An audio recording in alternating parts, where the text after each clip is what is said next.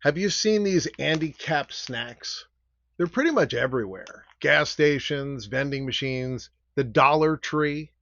And they've been around since the 1970s. Back then, this guy on the package, he was about as famous as Garfield. Now today, I don't know how many snack food buyers even know that he's from a comic strip. They might just think he's a mascot, like a Keebler elf.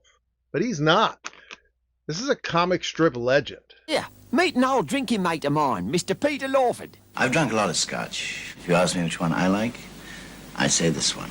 Tayside Scotch, and that's me special 5-year-old Tayside 6.79. Offers on only at Grace Brothers, except Miranda, Liquorland, Rayco, Central Coast, Cut Price Liquor Markets, Redis Stores, Liverpool only, Downs of Campbelltown, Permuins, Malabar and Waitara, Andy Capp Liquor Stores, Forrestville, Cremorne and Punch Bowl. August 5th, 1957. This is the very first Andy Capp comic strip. It appeared in the Daily Mirror in the United Kingdom. Andy Capp was created by cartoonist Reg Smythe, who was born in 1917 in Hartlepool, northeast England. Smythe grew up in a working-class community, and he served in World War II, and he later became a cartoonist. Andy Capp's name is a pun. It sounds like handicap. Reg would say that his handicap was that he drank too much and he was lazy. It was a little joke that ended up sticking, and before long, Andy was a cultural institution. The strip centered around Andy, a lazy, pub-going, flat-cap-wearing man. He spent most of his time drinking and gambling and watching football or soccer and trying to dodge work. His wife Flo was always there to keep him in line. Like in this strip where Andy wants to lift up a very heavy barbell, and then he finally puts all his muscle into it and he lifts it up, and then she picks him up and says, "Come on to bed." The early strips weren't all lighthearted. Sometimes Andy and Flo would physically fight, and sometimes she would show up bruised with a black eye. This is shocking by today's standards. The strip grew in popularity very quickly, and by 1963, Andy Capp was syndicated in the United States. It took a while for the comic strip to become popular in the U.S., but by 1967, it was popular throughout the United States, and Andy Capp was being read on both sides of the Atlantic. The strip also created a lot of controversy. There was a group called Woman's Aid and a few other women's groups that complained that the strip normalized domestic violence and also gender stereotypes. So over the years, Smythe softened Andy's character, and he became less of a violent drunk and more of just a lazy drunk. Andy smoked constantly, too. You could always see the cigarette hanging out of his mouth. But in 1983, Reg stopped smoking, and so he started drawing Andy without the cigarette in his mouth. And then, in 1985, Andy Capp smoked his final cigarette. There was no big announcement. It was just the last time that Smythe drew that cigarette in his mouth. A year later, there was a strip where Flo congratulated Andy for quitting smoking. And that's when the public noticed that Andy was a non-smoker now. There was a lot of blowback to this at the time. People complained. They said they didn't want to see Andy Capp without the cigarette in his mouth. They said, what was going to be next? Was Popeye going to stop smoking his pipe? Over the years, Andy's look changed as well. The older drawings, he looked taller. In the later drawings, he was shorter, rounder, and I would say cuter. But now we get to the part that most Americans know him for, these snacks. Reg tried to strike a deal to open a chain of Andy Capp fish and chip restaurants in the USA. It didn't work out, but he was able to strike up a deal with Goodmark Foods of Raleigh, North Carolina. They were the makers of Slim Jims at the time. They introduced Andy Capp Pub Fries, the original flavor of Andy Capp Fries.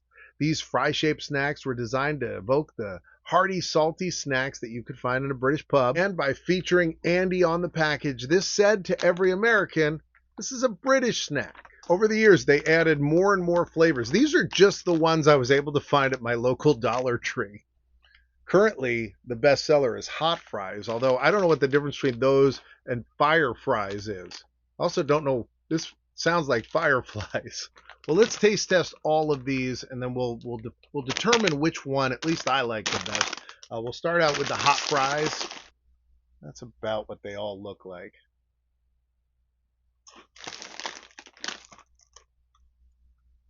They're good. They got a little of that burn in the back of your throat. They're not super spicy like flaming hot Cheetos or anything, but they definitely have some fire flavor to them. They're the first ones, so they got to go They got to go there for now, but we'll see if they can get knocked out. Maybe I should do these second. Take the heat up a level. So these are the fire, and I'm assuming these are closer to flaming hot. Let's take a, yeah, look at the, you can see this one's definitely a lot more orange.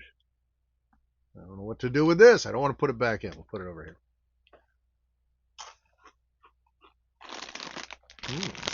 I like the flavor of this one a little better. This one isn't really spicier. That's the interesting thing. It's kind of like that lime flavor you get in Takis. I would say, get out of here. Wow, this one's nice. Look at these. Are these all bigger? These all look bigger. I don't know if the other ones got broken, but these are all a little longer. So these are just cheddar cheese. These taste like sour cream and onion to me. I mean, they don't taste, I don't get a strong like cheddar taste, but they've got kind of, they taste good. I think I'm going to stick with these for now. These are good. They're a little step behind me. So, barbecue. Ooh. Wow. Wow, this has a, like the barbecue flavor and smell on these is so strong. I'm telling you, barbecue fries. But I got one more. Now there are others that exist. They have plain onion rings, but these are hot onion rings. All right, this one also is past the best used by date, so we can't expect this to be perfect. This one was supposed to be used by the middle of September. Don't know why it was still on the shelf. You know, I feel like Andy put a lot of preservatives in this, and I don't think I'll be able to tell. Look at that. That is good. These are like Funyuns. Let me check if they actually have onions, because what I think is interesting, I don't think Funyuns contain any onion at all. This onion powder, and that's it. Yeah, I don't think there's, I mean, technically onion powder has some onion in it, but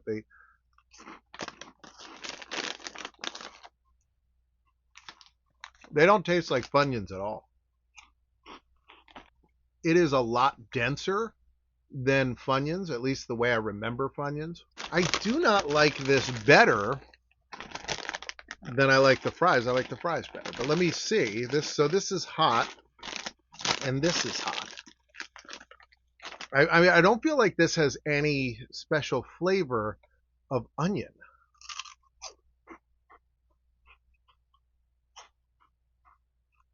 Yeah, this is exactly, they taste the same.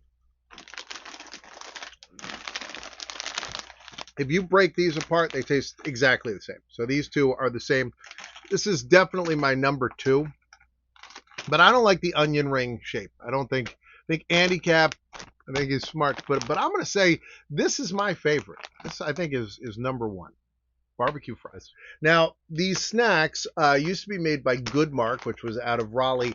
Today, that has been gobbled up by ConAgra. ConAgra, one of the 3 companies that owns everything. Everything that you have in your house is owned by one of like 3 or 4 companies. They own most of the major food brands. ConAgra has Bird's Eye, Healthy Choice, Marie Calendar, Slim Jim, Ready Whip, Blue Bonnet Margarine, David's Sunflower Seeds, Egg Beaters, Big's sunflower seeds, so they own both of these sunflower seeds.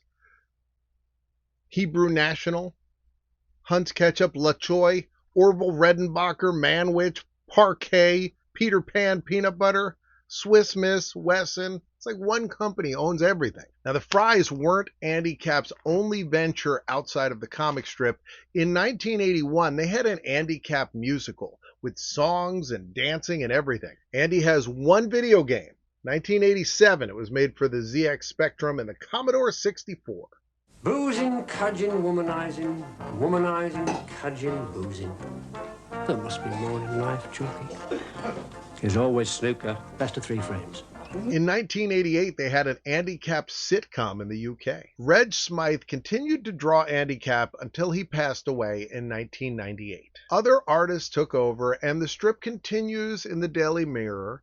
And Andy is a little softer now. The violence is gone, but Andy still remains a working class hero, a lazy roustabout, and a lovable drunk. Strange double life for Andy Capp. In the UK, he is a lovable comic strip character, but in the United States, he's a snack mascot. They don't even sell these in the UK. It's an odd legacy, but it kind of fits. Andy was all about the simple pleasures in life: beer, naps, football. And so maybe a cheap, salty snack food is the perfect tribute. Now listen, Andy, at the beginning of May there will be a share offer for Mirror Group newspapers, so you will have to start behaving yourself. Does that mean if people apply they could get a share in me as well? Yes, they jolly well could. And me wife, Flo. And Flo. I got a lot of snacks to finish. I'll see you next time.